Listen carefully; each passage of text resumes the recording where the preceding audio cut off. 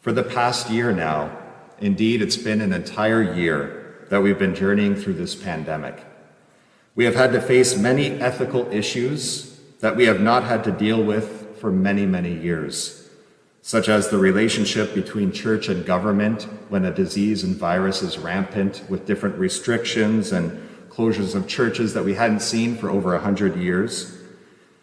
Issues and ethical issues like respecting the common good of society while always seeking to protect individual rights, dealing with different restrictions and with less contact with family and friends. It has not been easy, that's for sure. The place where we have all of these ethical debates within ourselves is called our conscience. Our conscience is that place of the inner sanctuary of our heart and soul where we can hear the voice of God who calls us to love our neighbor as ourselves, to do good and to avoid evil. Every person is born with a conscience of that direction there.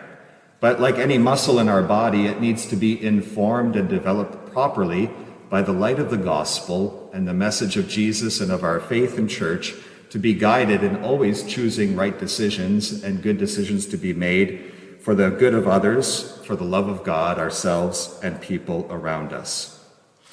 The church, like a good mother and teacher, does not want to dictate and invade the conscience of her children. It's a sacred sanctuary where we hear the voice of God. It is so special of a place. But rather, the church, like a good parent, wants to inform and guide her people by the good news of Jesus so that we can choose the right path in life that God has in store for us.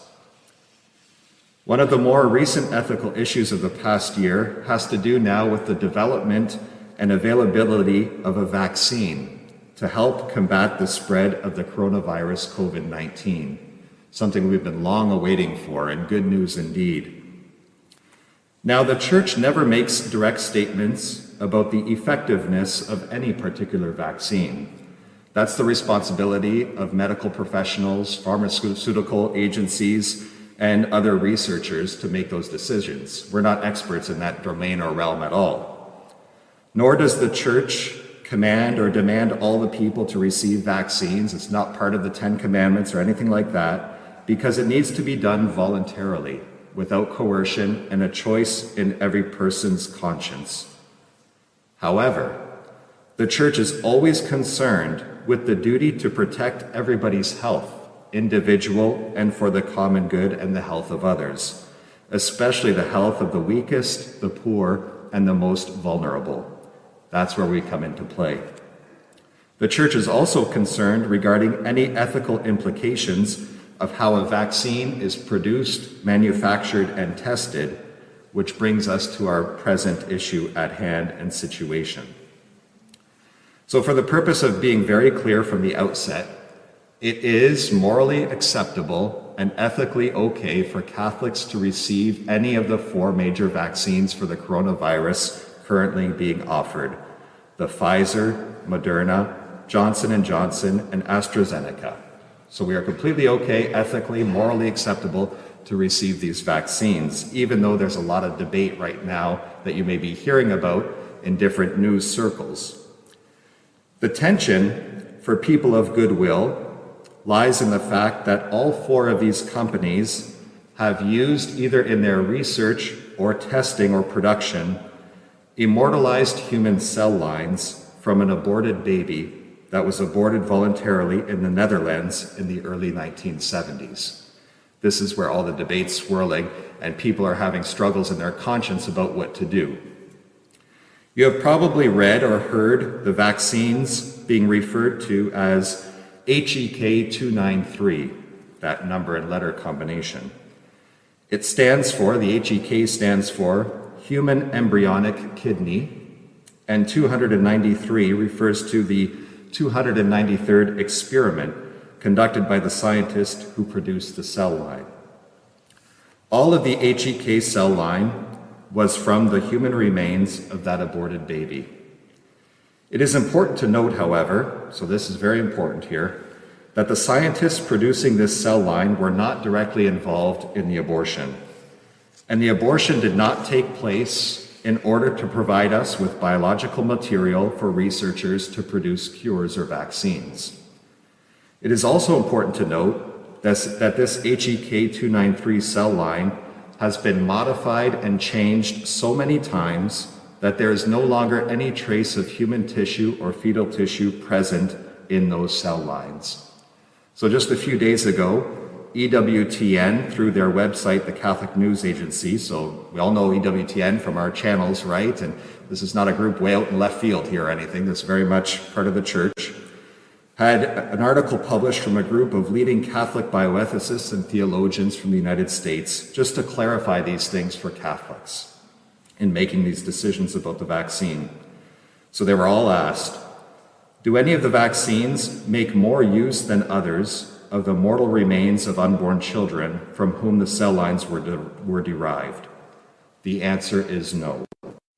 These cell lines are really biological products that have been modified and reproduced so many times over that they do not retain the natural function of tissue any longer from which they were taken. So there are no body parts present or cell body parts present in any of these vaccines. Second question. Does the production and use of any of the vaccines contribute to, cooperate with, or endorse any abortions? Again, the answer is no. These abortions happened a long time ago, and these cell lines do not need more abortions in order to maintain these cell lines for them to continue. It is from that one single event there in the 1970s. The use of this HEK293 cell line is already part of our daily life. Although it's present in the vaccine, we've been using it for a very long time in our modern lives as men and women. It's just not something new that all of a sudden, because of the pandemic, it's here.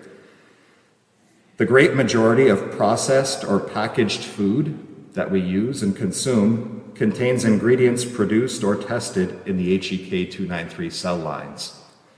This cell line is present in most cough, cold, and pain medications, and also in most of the cosmetic and personal care products that we would see at our pharmacies. They were also developed with the same cell lines. A very similar debate regarding vaccines occurred in the Church in 2004, under the time of Pope John Paul II, regarding the production of the measles, mumps, and rubella vaccine, which also uses the same cell line. The Church gave the same answer in 2004 as she gives today, but it didn't receive a lot of media hype or anything like that because it's the same answer we've always been given in these situations. But because in 2004 we weren't in a global pandemic, it didn't result in so much hype and division and concern. That Pope Benedict XVI had handled all of the answers at that time in the same way that we are doing now. Now, I know all of this kind of information is pretty heavy first thing in the morning, and it's always unsettling to hear. As people of goodwill, and especially as people of faith, we know that the taking of innocent life is wrong no matter the circumstances. Thou shalt not kill, we heard in the first reading, is one of the commandments, because every life is precious in God's sight and has inherent dignity. For those of us who are involved in the pro-life movement, which I consider myself to be a part of, I've taken students every year to the annual March for Life in Ottawa for several years. These facts are very discouraging because we constantly seek to protect all human life from conception to natural death. Yet for these reasons, the Church, as a good mother and teacher, wants to help us who are bowed down by our conscience and all of the messiness in this world that we live in, right? In making good decisions to help our health and the health of others during the coronavirus pandemic. For over 1,000 years now, as technology and society began to be more complicated and complex than in the time of the Bible, the Church makes a distinction between direct and indirect cooperation with evil. So this is not a distinction we've just made up recently. This has been over 1,000 years we've been using this distinction because our societies and world were just getting more and more complicated and complex. And how do we live as people of faith amidst all of this complexity? The world is not always simple, and it offers us moral dilemmas very much and often, especially as our society becomes less Christian in its outlook and decision-making practices. On December 21st, 2020, just before Christmas this past year, the Vatican released an updated document based on the one from 2004 of the measles, mumps, rubella vaccine, which reassured the conscience of Catholics that it is okay to receive the upcoming vaccines. And they do not constitute a formal cooperation with the abortion from which the cell line was derived to produce the vaccine. What does this mean? It does not constitute a formal cooperation with this. We're getting into these distinctions that the Church has used for centuries. A formal cooperation with an action means that you share in the intention of the person performing the action. So let's say your friend is going to rob a bank, to use that classic example, that you have the same intention then to rob the bank with your friend, or you become an accomplice. That's obviously an evil action. And as Catholics, we can never cooperate in any way, directly or indirectly, with that kind of intention. Material cooperation, which is different than formal cooperation, is when you're involved in an action when you don't share the intention of the person committing the action, but you are involved in the action anyway. Let's say you're the friend driving the car, so your friend goes and robs the bank. In your mind and heart, you don't agree with what he's doing, but yet you drive him anyway. So you might not have the intention, but you're involved materially and essentially in that action. Catholics as well can never materially cooperate with an evil action in a direct way, like in the example I shared, to be close to the action or essential for it to be carried out. But now here's the important distinction for all of us. We are permitted to cooperate in an indirect way, materially in an evil action, if no alternative is possible and there is grave danger is present. When there's no other alternative and there's a grave danger present. I'll give you an example of an indirect cooperation with an action like this. We do it every year. It's called paying taxes. You pay taxes too, me too, right?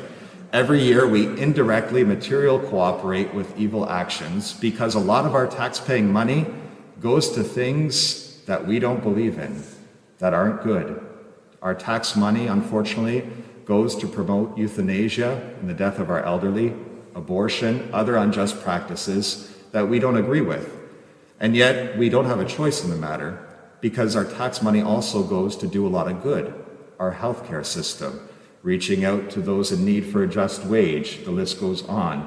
And so we always have to lobby our government officials and members of parliament to ensure that our tax money goes to good things so that we can avoid cooperating indirectly with such evil actions that we don't agree with. So I'm just using that as an example to kind of illustrate these terms and distinctions. Now, in regard to the vaccine, applying these distinctions to the vaccines offered, since we don't share in the evil intention of the abortion that occurred in the 1970s, and since we are so far removed from cooperating directly in that action in some way, because that cell line has been modified genetically and spliced so many hundreds of times over the decades that we are so far removed, and there's no longer any remaining human tissue in the vaccines, we can receive the vaccine in good conscience without diminishing our commitment to the sacredness of every human life, no matter how small, young, old, or frail. At this time, there are still no other available vaccines besides the 4 being provided. And there's no vaccines available that have been produced or developed in a completely 100% ethical manner. And the danger of the spread of the coronavirus is still very serious. And so we fall into that location there of indirectly cooperation, but we are able to do so because no alternative is present and we are in serious danger. So what can we do in this imperfect situation? Do I just receive the vaccine and say, well, I can't do anything different, I'm just stuck with this choice? Well, we have a moral obligation when we do decide to receive the vaccine to make sure that we lobby our politicians, governments, researchers, and pharmaceutical companies to encourage them and to put the pressure on them to develop vaccines in the future and other goods for our health, and to do so in an ethical way, without sacrificing any human life in the process, so it doesn't create any problems of conscience like the one we're facing right now. And to also, this is another ethical debate that might be a topic of a further sermon down the way, who knows, but we also need to make sure that these vaccines are affordable and accessible to our brothers and sisters in the developing world, in the third world countries.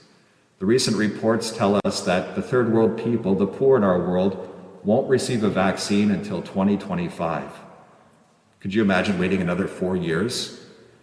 I was just born in Canada. I didn't choose to be born here, but we're blessed in many ways. So we got to figure out some ways in which to reach out to help people, because I cannot imagine going another 4 years like this. And yet we will have many of our folks in the world in that situation. We all need to do our part. So I'd like to conclude this homily with a word directed especially to our seniors and elderly in our community. Whether you're here in the church, whether you're watching online from hospital, nursing homes, or in your homes, and you may be struggling at this time or bowed down by your conscience and not knowing what to do, and in need of being lifted up by God's mercy. So no matter where you are, our seniors and elderly in our community, I've got a special message for all of you today. You matter to us. You matter to me. Too often we take your presence in our lives for granted. In our world that is so bent on being productive, on success, on fast results at a fast pace, we often forget about you and how important you are. And this needs to change. Please, please, don't ever think that your life is not valued or important because you may not be young anymore or as strong or healthy as you once were. We need you. Our young people need you. We need you to show us how important faith, family, and God is in our lives. We need you to teach us the wisdom of the years and what is really essential in life. And I know many of you are discouraged. It's been a long haul and a long year, especially when I'm talking to our folks and friends in the nursing homes. We need you not to give up, for God still has a plan in your life. Each and every moment there's a plan. I cannot wait for the day when we can again celebrate masses in our nursing homes and share faith and fellowship together. There are many voices out there vying for our attention. These voices often lead us to further close in on ourselves because of their despairing messages of doom and gloom. And so if you're listening to any of those messages that don't have any hope in them, set them aside because they're not from the gospel. The gospel, although has the cross at the center and there is suffering and difficulty, there's always hope because there's always the resurrection. The good news of our faith is always liberating. It never leaves us in the doom and gloom of despair. Our faith is always a pathway to freedom and to new life, and it is always filled with hope. I pray and hope that this little teaching today, or long teaching, I'm sure you're finding it a little long, but I want to make sure I got the information across, that comes from the richness of the traditions of our church as a both mother and teacher, can help you and provide for all of us, but especially our elderly, the guidance and help they need to make good decisions about their health and the health and well-being of others in our communities. And may a ray of God's mercy lift up all of our spirits this day and for the remainder of Lent.